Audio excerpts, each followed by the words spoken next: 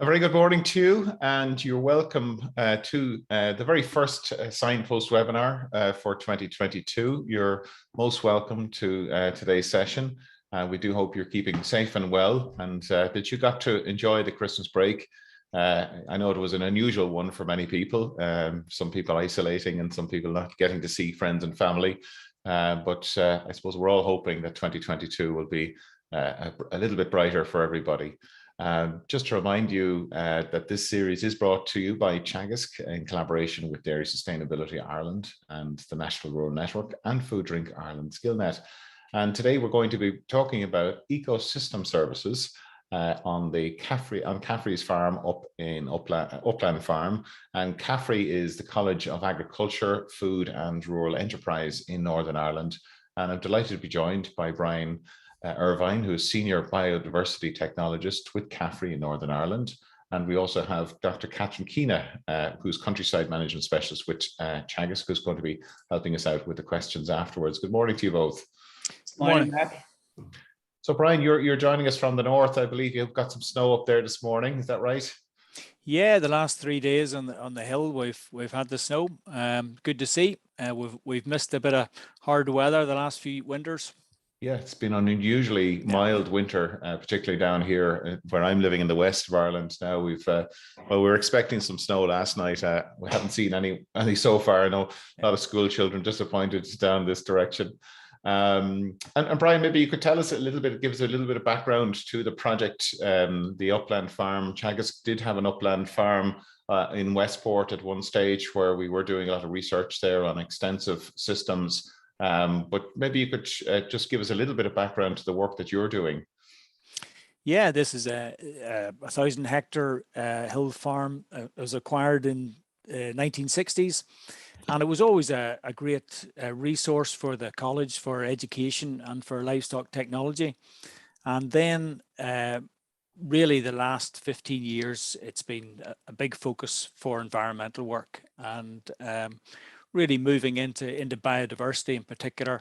And then more recently, in the last couple of years, we've been looking at absolutely everything that the hill farm does. And so I'm looking forward to telling you all about it, Mark. I should correct myself. I think I said Westport there a minute ago. It was Leenan is where the Teagasc farm, you might have come across it in your travels. And Catherine, I know that there's a nice collaboration there and working between Teagasc and CAFRE in this area. Yeah, well, I learn a lot from Brian and CAFRE, and I'm involved in the Cumra Uplands Communities, your EIP. And that is an EIP that the Teagasc Hill Sheep Water for Discussion group with Katrina Foley, the advisor, put in for and got. And we're very fortunate to have Owen Carton as the project manager. So last year, the farmers and ourselves went to visit the upland because it's so relevant. And honestly, I think the farmers are looking at the Cumra Mountains in a different light because of what they saw in Glenvery. So that's why I think it's of huge interest to all upland farmers and advisors what's going on in Glenvery. So really looking forward to Brian. It's so important, isn't it, to look over the fence and see what's happening in other countries. And I know it's something we all miss, is being able to do a little bit of travel and just to share experiences with other colleagues and farmers in different countries. So hopefully we get a chance to do that a little bit more this year. But look, I think maybe we'll move straight to the presentation. Brian, you have around a 25 to 30 minute presentation for us. So we'll ask you to share your screen. And just while you're doing that, I might remind everybody that today's webinar is being recorded as a video and also as an audio. So you can listen to it as a podcast on your podcast platform, or you can view it on the Teagasc YouTube channel, as well as having a look at the presentation can be downloaded from the Teagasc website. So Brian, we'll hand over to you and we'll chat to you after your presentation. Okay, are you seeing the full screen, Mark? Yes, that looks perfect. Okay, great. Happy New Year to everybody. I'm going to talk about the Glenvery Hill Farm, and the map on the right shows you whereabout it is. We're in south of County Antrim, at the bottom of the Antrim Plateau, really, on a basalt And this is part of an SPA, Special Protected Area for Hen Harrier and Merlin. So you should be seeing a map now, a satellite image, which will give you an idea. The yellow dotted line, north of that, we're in peatland, and below that, we're in mineral soils. Of course, the lines in reality is more wiggly than that, but that gives you a rough idea. The block on the right is the Creve. That goes to a reservoir called Killylane Reservoir, which serves 60,000 people. That's down to the south of the picture you see at the minute. We're also doing a lot of work on the point, and we'll mention the Glen as well. We rise from 300 feet above sea level down in the yards up to 1,000 feet at the top. Fairly exposed hill, but southerly facing. Big thing to notice really is the lack of in-by land. We have about 60 hectares that can be cut for silage, so that ground's worked very hard with ewes, then 2 cuts of silage, then sheep again. Okay, I'm just going to keep moving through. This is our vegetation classification, and the purple and the pink is blanket bog and degraded blanket bog. The yellow is marshy grassland, heavily dominated by rush. Then down at the bottom, the light greens, improved grassland, some semi-improved and some unimproved. Other things to note are the big blocks of forestry. So 3 main blocks of forestry you can see there. And those are certainly an issue for us. The red dots on the map are where we've been doing vegetation monitoring since 2009. So AFBI has done that for us every 3 years. And really vegetation is very slow to change. So it's keeping a monitoring system in place there to see what happens whenever we cut or flail or burn or graze. So that's providing useful data. But I think the key thing is the mosaics involved. If you look at the right-hand side of the Creve unit, you can see that it really is a mosaic. It's a big 160 hectares there, grazed in 1 block. And that presents farmers as ever in agri-environment schemes with issues. Okay, the farm has 100 suck cows. It's a 3-breed cross, so there's a batch of Angus cows put to the shorthorn bull, shorthorn to Limousin cows then to Angus, so it keeps rotating that way. Excellent cows. Replacement, the heifers are taken down to the lowland farm and brought back to calve at 24 months. The cows are grazed on what we call the parks, and they're mostly semi-natural grassland. Some of them rush infested, some of them reasonable. There's 1,100 ewes, and we have a batch of pure blackface, then with blackface cross swale, and then that cross is put to Texel. So we have 3 sort of batches of sheep.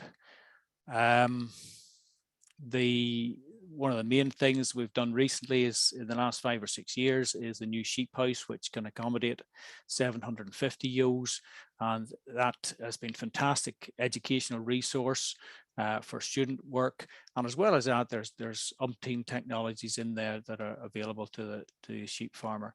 It's actually improved the data collection in sheep, which has really tickled through into results. And this last year, there were 1,640 lambs out of 1,100 ewes to the tip. So probably the highest number ever. And that just keeps going up, I think, with the selection process. Possibly getting to the stage where there's too many now. Okay, there's plenty of data on sheep and cattle. I'm not going to go down into this. The key thing is that there is 28 tonne roughly of calf weaned. There is 40 to 50 tonne of lambs weaned. The performance is very good. We look at efficiency, so efficiency in kilograms of weaned weight per kilograms of cow or ewe. The sheep are doing tremendously well, moving from 0.64 in 2016 up to 0.74 in 2021. So we're looking to get that to 0.75 for the sheep. Cows, the target is to get to 0.5, and we're moving there, but we do have an issue with cow weight. I guess from my perspective, from the biodiversity team, I'm looking at this and thinking, well, what is the output here? It's about 71 tonne of livestock as an annual output. When I divide that over our farmed area, so over our 960, we get about 75 to 80 kilos of output. When I compare that to a lowland situation where we're producing 1,000 kilos on an intensive beef system, we stop and have a look at that. And certainly when we talk to students at the beginning of their course, and I ask them, well, should this hill farm be getting the same level of BPS as a lowland farm? They unanimously, or nearly unanimously, tell me no. So we have to really tease out this. Now this 75 to 80 kilos per hectare output, when we actually break that down into our land types, that's actually between 10 and 500 kilos. Our in-by land's getting worked really hard. Our moorland out there might only have half a ewe on it for half a year, so it might maybe produce a quarter of a store lamb. So really its output is remarkably low. So CAFRE realized this probably 15 years ago and said, what are we going to do about this? What else does a hill farm produce? So that's where the move was into biodiversity. So the hill went for to create a GHRP, which is a Glenwarry Hill Regeneration Partnership. And we brought in quite a lot of different partners. So the Irish Grouse Conservation Trust and RSPB were the two partners brought into this. Then advisory groups of NAIA, Raptor Study Group, AFBI, and the agri-environment team within DERA as well. So that group sits 2 to 3 times a year and is the steering body for the hill farm strategy.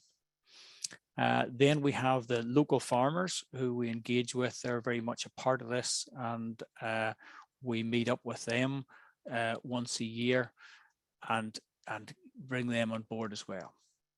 So this partnership, I suppose the first key part of it is predator control. So if you look at the map on the bottom right, you can see that we have an area there that is shaded in green. That's 3,000 hectares. So the gamekeeper shoots over 3,000 hectares. There's 1,000 hectares there in the middle, which is the CAFRE farm, where we trap as well. So we're doing predator control on foxes, crows, and rats. The foxes are shot by rifle with thermal imaging equipment, and the numbers are fairly colossal. So from September this year, within that area, there would have been over 100 foxes taken already. We're looking at this bit as being a nature recovery area. So over the last 15 years, we're trying to increase our wildlife in there, and then that's going to spill over into the surrounding area. So with 1,000 hectares in the middle, with 2,000 hectares beside it, that's been shot over, and then we have an associated 3,000 hectares, which is in another RSPB project, which is also involves predator control. So we're looking at a 6,500 hectare block where predator control is happening. A byproduct of that is our introduction to gamekeeping course. So we have BASC and Irish Grouse Conservation Trust taking this course for us, and that's great to bring on other conservationists in the north and quite a few from the south coming to it as well. Okay, how has this worked? So if we look at red grouse, so we started in 2007. Our summer count would have been 37 birds. And then by the time we get to 2020, we're at about 340 birds. So that's within the main 1,000 hectare block. So we have seen a big and steady increase in grouse numbers. We are probably around the plateau at this stage. You can see a few dips and things there. There was a gamekeeper wasn't there for a few months in 2013, so a vast dramatic impact. There was no counts done in spring of 2020.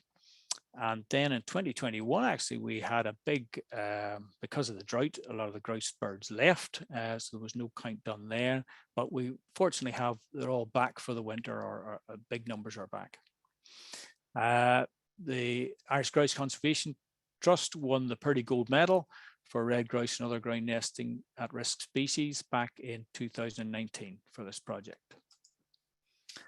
Okay, we're looking at hare numbers on the site. From 2009, we were slightly above the Irish average on the site. I remember from working on this site back in the 1980s, there was always, was always good for hares. But really, the work that's gone on the site has increased the hares up towards 39 to 40 hares per kilometre square. That's balanced down a bit now to about 33, 34. So we've probably got a stable population at this stage. The 2021 count, the raw data is the same as 2017, 2018. So that will continue there. And so this is one of the strongest populations in Ireland for grouse and hare. Okay, we're also looking at breeding waders on the site. So we started off in 2009 with one pair of one pair of snipe on a particular breeding wader site to the west of the farm. And that's in this graph in yellow. And you can see then by the time we get to 2018, we're up at 14 pairs.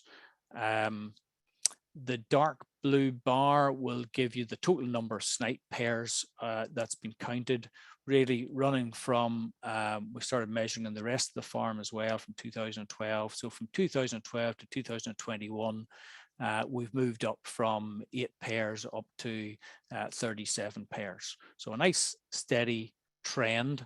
And there's still room to go there. A few photographs of snipe up there, just on a few restored areas we've done recently. You can see some camera trap photographs at the top. Just unbelievable what goes on after dark. There's a lot of snipe activity there. Okay, we're also looking at curlew and lapwing. So there would have been 0 curlew and lapwing from 2009 when the project started. We got our first pair of curlew then in 2016, and since then there's been 2 or 3 chicks fledged each year. And then in 2021 we had a couple of pairs of lapwing arrived, and with 3 chicks fledged. So we've got a steady increase there. We're hoping to get more curlew back. We had 4 pairs in and around the site this year, but we had only one pair that fledged young. Then, and the photograph on the left's a curlew nest I nearly stood on this year. The next one is skylark and meadow pipit. So we are particularly interested in these birds because these are prey of hen harrier, and we're in the hen harrier SPA. So our work has shown a steady increase in these numbers as well. And you can see from 2011, when the first count was done of these, we're moving from 24 and 56 up now to over 120 pipits and 70 skylarks. Photograph on the right, actually I meant to put one in of a hen harrier, but that's a golden eagle chasing off a peregrine. So there's plenty of activity over the site because of the amount of wildlife. It brings in a lot of predatory birds, raptors. Okay, breeding wader site, a particular bit of mineral land on the west of the farm. We're focusing heavily on everything that we should be doing for breeding waders in the site. So we're making a lot of scrapes. That really helps. Obviously, these birds, their chicks have to feed themselves from day one. So soft ground, access to plenty of grubs, water's edge. So lots of little scrapes throughout the site. We will go in and flail excess forage and rush quite often in January, February to try and get the ground conditions as low as possible for the waders, because really a bare ground is what they're looking for with a bit of cover. This year we've put 19 cows out. They were weaned early and they have been out and on the wader site from early November, and hopefully will be there to the end of January. There's been standing in snow the last 3 days. They started off at over condition score 4 and are now between condition score 2.5 to 3. Fantastic for the cows to get them a lot fitter for calving, and I expect to see no calving issues with that batch at all.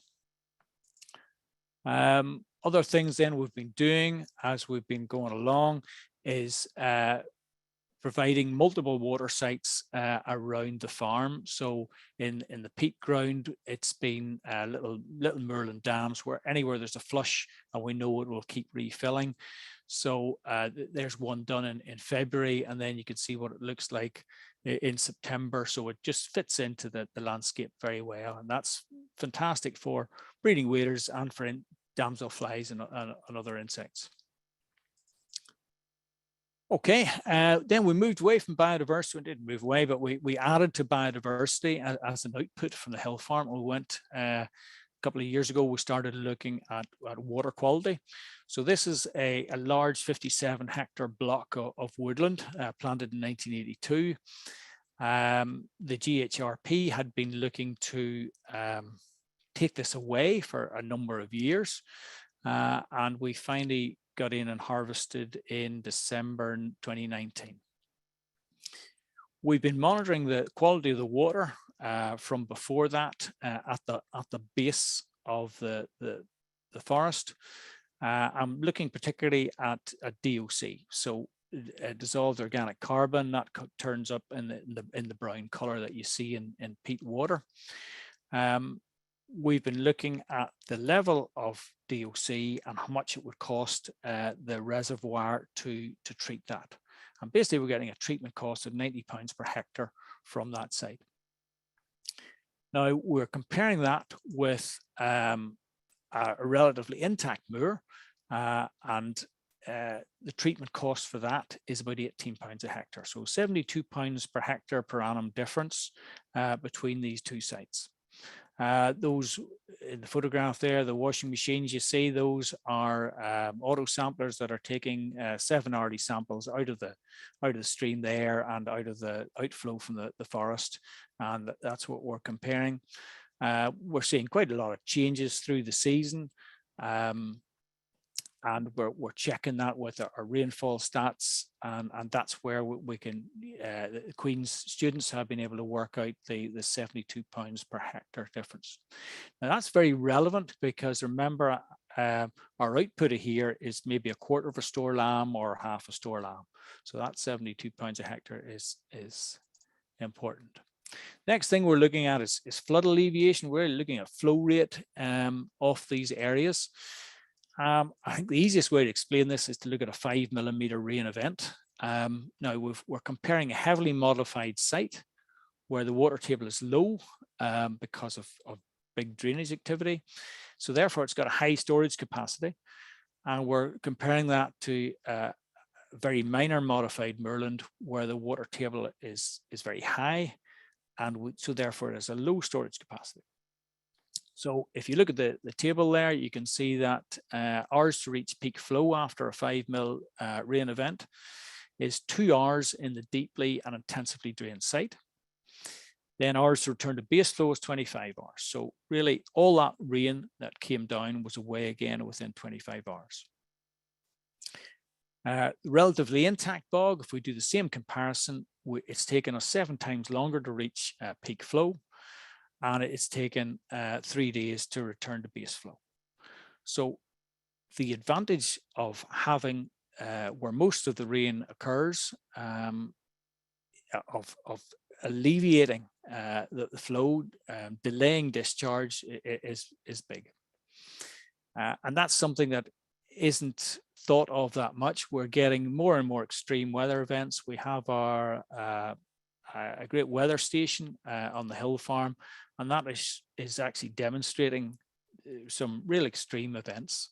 If we can hold that back, it gives farmland lower down a good chance to drain out before the deluge comes from the hill. Wildfire prevention is a big one. We have created a wildfire response plan, and we hope to use that template for other farmers. So it's a 3 to 4 page template. Then we're looking at a prevention strategy. So we have a heather resource map designed, and that gives us the areas most at risk and where we've been cutting or burning or creating fire breaks. And really, it highlights the importance of grazing control and all the other activities we do, ultimately with re-wetting being the ultimate in wildfire prevention. This is, as you know, this year has been an incredible year. 18 million hectares burnt in Russia, over 7,000 fires in Portugal. The Welsh are now starting to complain. So it is becoming a very big issue. And the reason it's a big issue is because of peat carbon storage. And we really need to get a bit of a handle on what we've got. So those 2 guys in the picture, those are from Queen's Archaeology, and they are taking samples, and they're going to put it through their new carbon dating machine and give us a carbon impact, carbon sequestration over the last 500 years. Roughly speaking, we've got about 400 tonne of carbon per hectare in a metre depth of peat. That's the equivalent of 1,500 tonne of CO2 equivalents. So that gives us somewhere in the region of 1 to 2 million tonne of CO2 equivalents stored on the CAFRE hill farm. Now, the reason it's quite wide is the references are quite wide in themselves, so it'll be good to get some bulk density measurements and get that more exact. But I want you to remember that 1 to 2 million tonne of CO2 equivalent as if you keep an eye on that number. So that brings us to our CAFRE carbon zero target. We have a livestock emissions we would have thought was the big one at 1,500 tonne of CO2 equivalent, but peatland emissions are 3,000 tonne. Now that's a very high figure. We get that from applying the IUCN UK peatland emissions factors and the UK peatland code protocol. But when you compare it to 1 to 2 million tonne of store, it's a very small amount, but it's a major problem for us. So the first way we're going to get past this is forest to bog. So we have to remove poorly growing forest, which has an emissions factor 9.9 tonne of CO2 equivalent per hectare. And there's lots of reasons for getting rid of the forest. So we started there December 19. You can see in the top right logging going on. What we're left with on the top left is ground that has been ploughed a metre deep. So there's minor drains 3 metres apart, peat thrown up into a furrow, up into the ridge, and with main drains then 50 metres apart and 2 metres deep. So a heavily drained site. We've been using a variety of techniques: stump flipping, ground smoothing, peat bunds, peat dams, turf relocation, cell bunding, and drain blocking to restore that. And you can see what it looks like there. October 21, that's recent work. January 21, that last year's work. And to give you an idea, January 21, that's an area that's been finished. You can see bare peat. You can see lots of turfs that have been relocated. So we're asking the guys to collect vegetation out of the furrow, set it to the side, do their work, and then replace that vegetation. You can see in the lighter map in the top right, you'll see the raised areas are the brash mats. So an awful lot of timber refuse left. And you can see the deep drains, and you can see the minor drains running north to south as well. So we had brash over 30 to 40% of the site, and this was timber brash, not just minor brash. We had a very tough year last year. It was very dry. I'd been hoping for plenty of rain in the summer, but even so, you can see, but relocating the turfs with a lot of wavy hair grass was spreading across the place, a lot of sphagnum recovery. So it's very good. Over the top right, bottom across to the right, you can see a dip well with simple dip wells sited around the site where we're monitoring water table. We also had a bit in lodgepole pine, which had been mow plowed, and those mow drains are still working 40 years on. So they're simpler to work. We just trench across them to break the mow drains and dam them and create a little bund there. So we can do less intrusive in that one. Okay, our next bit is re-wetting open moor. So we have a standard emissions factor of 3.4 ton of CO2 per hectare per year being emitted if it's drained moorland. We have the Nature April 21 paper telling us that a 10 centimeter reduction in the water table depth is equivalent to 3 ton of CO2 equivalent reduction. So we're looking to achieve that and to get towards neutral, to get to peatland accumulating condition. A couple of different methods we're using. One, we're identifying peat pipes. Peat pipes are underground natural drainage systems in moors. So we've broken one of these and then bringing the water back up and into a series of dams and allowing the water to then leave the site via these dams. And so that was done in February 21, and you can see the series of terrace dams down this little valley, this sort of flush valley. We're bringing the water up to raise the water table, but we're also creating permanent pools of water for the birds. We're moving on to open moor. And we again will have this emissions factor reduction, 3.4 ton of CO2 equivalent. We're trying to get the water table increased, so we're getting closer to the surface. And certainly our first year's work has shown that between the control site and the demo site, yes, we're getting it over the 10 centimeters. Our summer activity, the water table tends to be between 10 and 20 centimeters from the surface, and the control site is down at about 50 centimeters. This is done primarily with peat dams at a cost of £4 to £5 a dam. So you can see that we have marked out the minor drains. This is a site we've been doing this December. We've been using handheld Trimble device to mark all the drains, mark all the peat blocks, because once it's done, it's very hard to go back and see how effective it's been. We're using a range of stuff, mostly peat dams. We're trying plastic inserts, plastic pilings, wood. And then we're going to bring further researchers on to check these emissions by monitoring fluvial and gas losses. So Queen's, Ulster University, CEH are involved there. So CEH are going to be putting up a flux tower next month on the Creve Moor, which will give us the gas readings, and UU are organising a PhD for further fluvial carbon works. Okay, I'd be glad to know it's my last slide. It's a fast run through. So really, to sum up our CAFRE hill farm outputs, we started off with livestock, we moved into biodiversity. That is progressing very well, and we're now identifying all these other features: water quality, flood alleviation, carbon storage, wildfire prevention, and carbon sequestration. So we see the hill farm as being so much more than just livestock. It has an awful lot to achieve, and from my opinion, requires a lot more than BPS. You can see environmental measurements that we're undertaking. We're trying to collect as much data as we can on the one site, so it is as most useful to other people. With various research partners, and we certainly welcome any other research partners who want to join us as well. I'll stop there, Mark. That's great, Brian. Thanks very much for that. Really enjoyed your presentation, and nice to see a case study, you know, how things are working on the ground. And obviously, you know, you're doing a lot of work there in I suppose undoing some of the work that was done in the past.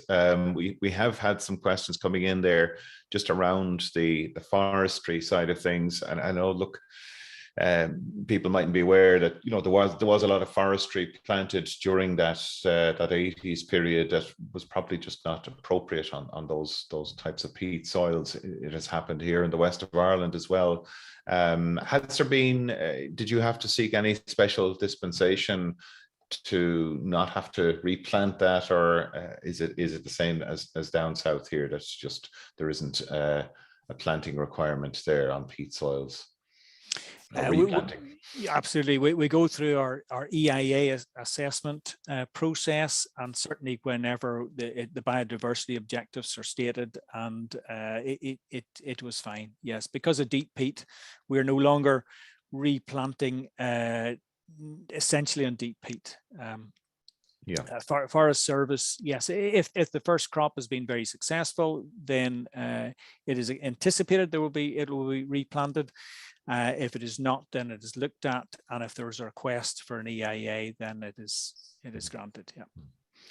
In terms of the wildlife management side of it, then there is the you know, how do farmers benefit from that? Like down south, we would have a lot of commonages here, where, you know, there's a shared responsibility, but also shared ownership of the land. How do you see that working in that scenario? I presume there's no commonage involved in this particular site. No, there's not in this site, but we're working with all the neighbouring landowners. So quite frankly, we've had 100% you know, acceptance of that, and willingness to participate. The farmers are delighted to see wildlife returning to their hills. And I think that the key message in this so far, Mark, has been that our livestock production is excellent, and our biodiversity numbers have been just steadily rising with no detriment to the livestock. Yeah, at this stage. That's a really positive story, because you know, there is that narrative, I think, in some people's minds that it's either one or the other. You're saying it can be both, provided that the payments are correctly orientated. I guess that's what you covered off in your last slide there, that, you know, that in fact there probably is the value that has been produced, or the services that are being produced from this land needs to be valued. Just a question I had there, when you showed a slide showing the various different water samples from the forest, and I'm just wondering, was there a noticeable difference from when the forest was felled after it's felling in the DOC levels, or was that observed? Surprisingly not, Mark. So that was interesting. So we were taking grab samples from around the forest site. We were taking samples from before and after, and surprisingly not, no. Now, we did leave the forest contractors left a lot of drains blocked, you know, which may have helped in that situation. I think if they'd all been opened up again, yes, it would have gone up.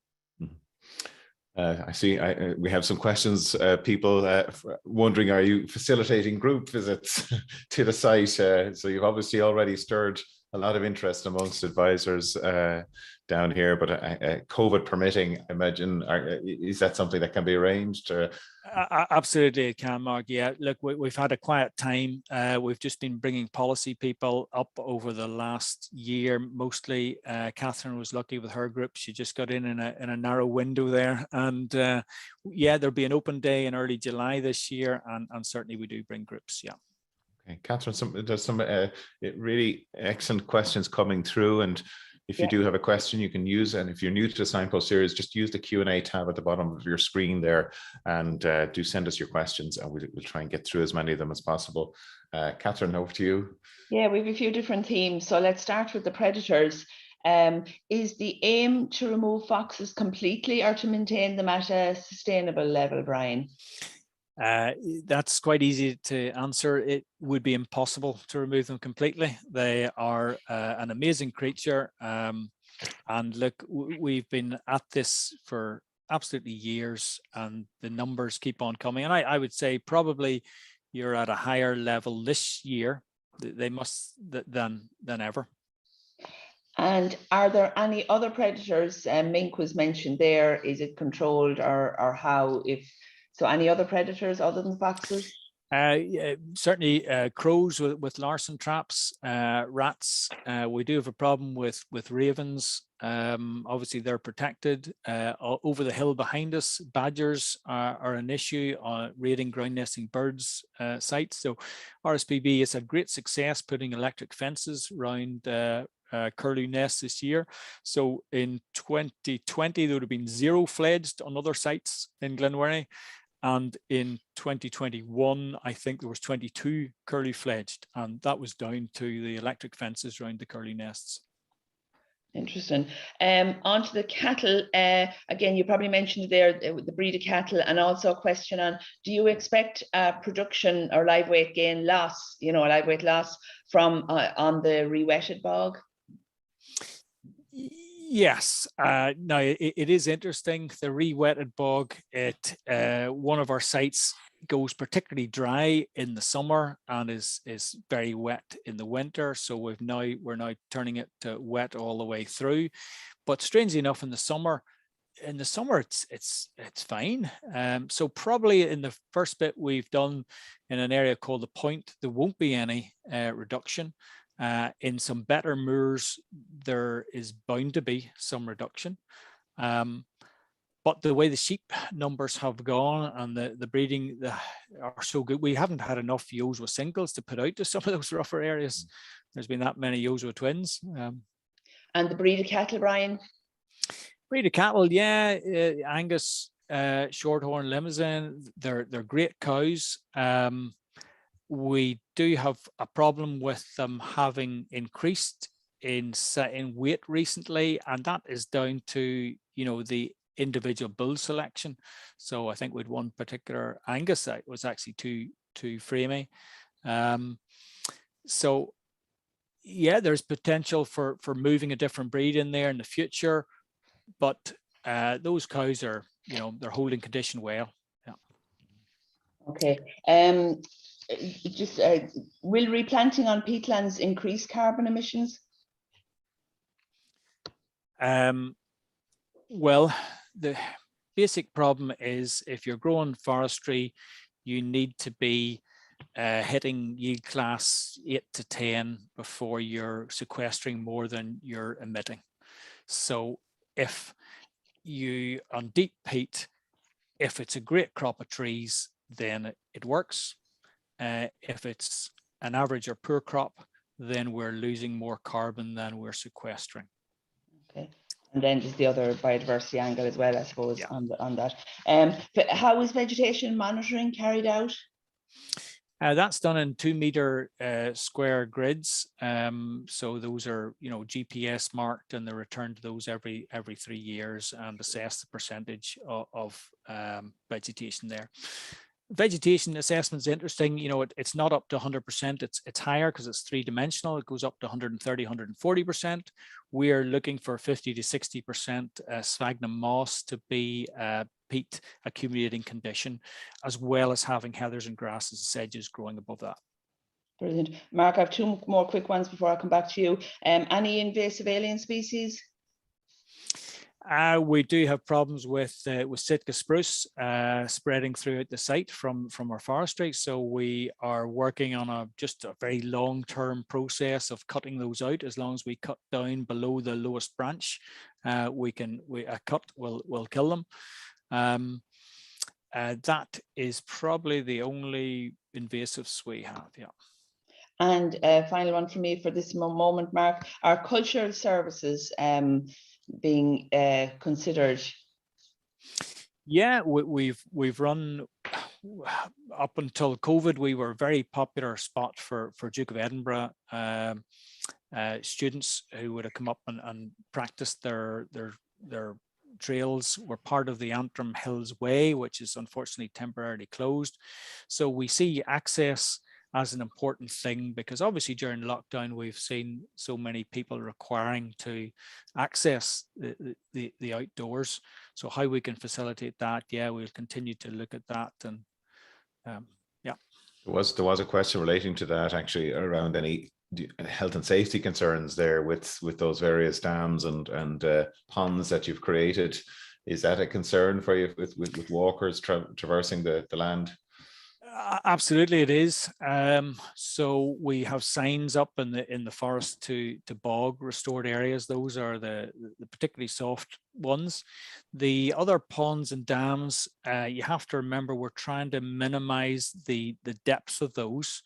So the idea is not to create now obviously we could still lose lambs and the odd ewe in one, but I'm trying to maintain the depths so that it's certainly safe for stock people.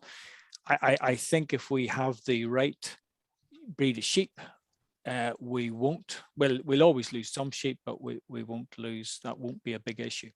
We certainly haven't lost any yet. Maybe just talk about the carbon emission side of things. You mentioned about the actual carbon stored there within the peatland. Do you have any figures on the emissions rates from the peatlands? That I think you did mention emissions rates for the moorlands. Now maybe I missed it. Yep. I know there's a lot of interest obviously in that whole area at the moment, and one of the measures within the marginal abasement cost curve within Ireland is that re-wetting of peatlands as a means of improving the carbon sequestration potential. Yeah, look, we're using standard IUCN UK emissions factors. So that's a very good start, but we're going to go more local than that, because we have to demonstrate to farmers that those are correct. Now, one of my colleagues has a great saying, there's the Eskimos have 50 words for snow, and yet we talk about peat bogs, you know, and the reality is they are so different. Some have got intensively drained, some are naturally dry, you know, so what is the difference? And we can't lump them into one emission factor. But the factors we are using is 2.08 and 3.4, so that's for undrained and drained grassland and heather moorland dominated. So those figures, then when we get to, we've one block of 10 hectares which is fertilized and is deep peat, and there we're looking at an emission factor of maybe 15 to 20 ton of CO2 equivalent per hectare per year. So we are doing research work to bring those down to more local figures, and to move it around and see how it varies between slope and site. Yeah, you know, it's a tricky one, all right, given the heterogeneity there of the site, or most bog sites, peatland sites. Question there in relation to well, just a lot of comments coming through, Brian. One comment coming through: the best webinar so far in the series. So you can take that as a serious compliment. There was some questions there in relation to the drainage side of things. Where is the one I was looking for? Yeah, there was just somebody there pleased to see the old Billy Burke peat mold plough drain still working. I suspect somebody was involved in the actual rollout of that in ordinary or conventional lowlands. Has the re-wetting strategy affected the future possible stocking rates on the area? Is a question that has just come in there. Look, definitely it has. We are being greedy. We are trying to do everything. At some point, we will get to a stage where there will be an impact. There isn't yet. I trust my colleagues on the farm to think of every which way they can to maintain stock numbers, but ultimately I would expect, you know, us to drop a couple of hundred to 300 sheep. Strangely enough, cattle are much better from the vegetative point of view on the natural grasslands. So I would not be disappointed if we had more cows, maybe more smaller cows.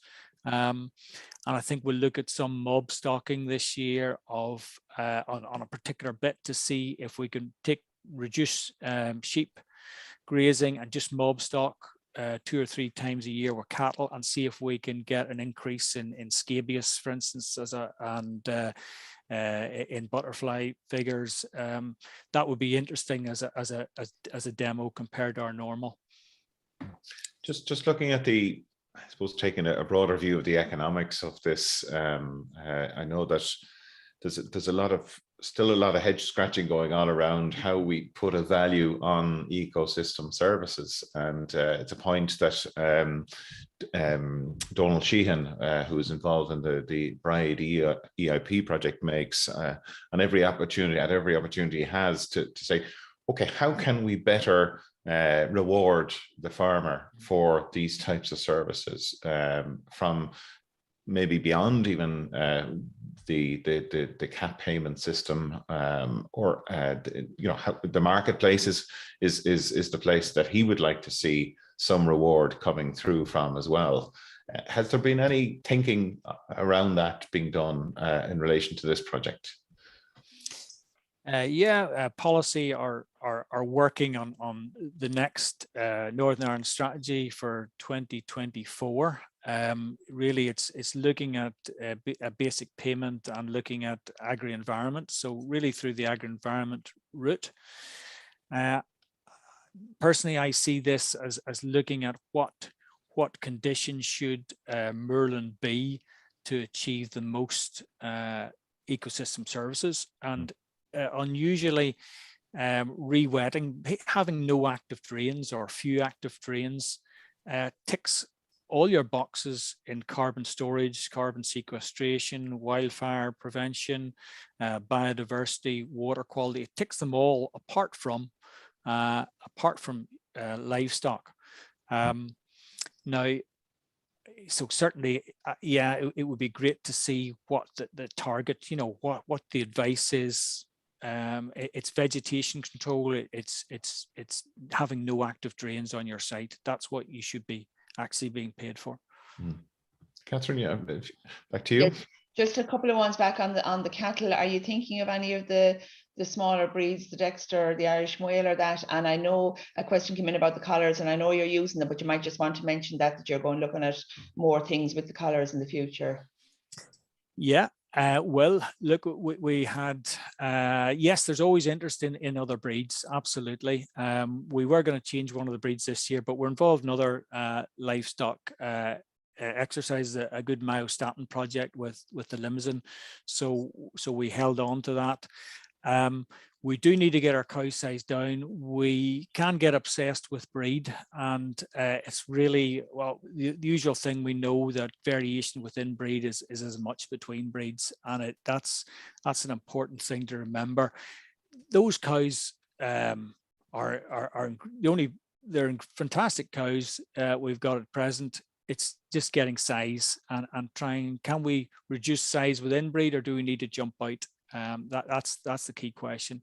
But certainly when they're reared on the hill, they're perfectly capable of tackling forage. We have them 19 cows out with collars at the minute, and we've just been monitoring GPS and cow activity per day. And we're going to put on the electric fencing system in the next week or so we can close them up and graze out particular areas in the wader site. We'll also look at sheep collars, doing this on our habitat mosaic this summer. the activity rate is fantastic, and to see the difference between the Angus, Shorthorn, and Limousin, and to see which animal is moving more in a day in a greater search for nitrogen and phosphorus in forage. In theory, the animal that moves the least is the one that is the most useful to you from the biodiversity point of view of just harvesting everything in sight. Also interesting to see what the cows do at 3 and 4 in the morning. They are always up out for a graze. And just one final one from me, Mark, there. Well, about the suckler herd, are they fed indoors during the winter? And maybe a related one then is the lowland, you know, being pushed harder with maybe, and is there any issues with keeping the lowland sustainable in that kind of a, you know, when you're trying to juggle the two, upland and lowland? Okay, so yeah, cows are normally in from mid-November, housed, and so this year we've kept cows out. In the past, I remember in the 1980s, we used to always have 30 or 40 cows outwintered, and I'm sort of trying to head back to that. Are we pushing the lowland hard? Yeah, we're very intensive on our lowland, and we are looking at biodiversity in the margins around there. We're looking at water quality in the lowland as well. That's the way we farm. We farm the lowland hard. The way we're looking at this at the minute is mineral soils should be farmed intensively, and peatland we should be easing way back. A question, Catherine, for you, I suppose, are there any similar projects happening like this in Ireland? I know there are, you know them better than I would. Well, I mean, there's a huge amount, and I think what we need to do is pull all together and you know, if the Harrier, the Pearl Mussel, and we have the 5 upland EIPs, and we're going to hear from Declan Byrne next week about Seuss. So, and I would say they're all working on slightly different angles. So, you know, we need, I suppose there's a job of work there for us to do, Mark, to try and pull out the good work that is being done, which I suppose is where I see my role. Mm-hmm.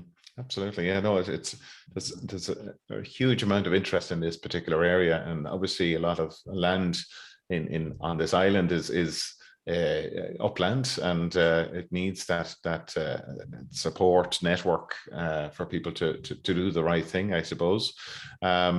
One thing you mentioned there, Brian, was these trail cams, the photographs that you can take at nighttime. I think they're absolutely fantastic. I have one here, and it's just amazing what you spot at nighttime, and they can be motion activated, and it's something I'd advise everyone, if you have the means to invest in. It's just incredible how the place comes to life at nighttime. Well, we're just up on time, Brian, but just I want to say thank you sincerely for joining us today. I see a lot of your colleagues are online as well there, so it's nice to have that linkage with our colleagues in CAFRE. And thank you, Catherine, for helping with questions today, and also our series producer, Andy Boland, and also Yvonne Maher for helping out with our technical side of things today. And just to remind you, if you do have topics that you'd like to see covered on the Signpost webinar, do get in touch with us through connected@teagasc.ie, or you can send us a message through the message system here. We're always keen to get feedback from you, and also if you have a time to finish fill out any of those surveys. And a reminder that today's webinar is recorded and is available on the Teagasc YouTube channel, as well as the Signpost podcast platform.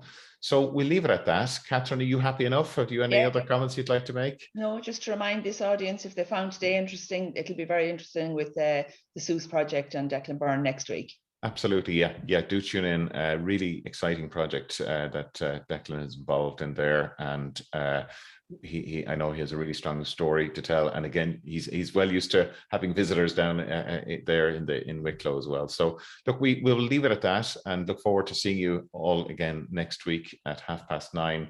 Brian, thanks again, and Catherine, and Happy New Year to everybody. And we look forward to you joining us for the rest of the year. Okay, thanks very much. Thank you. Bye. Bye-bye.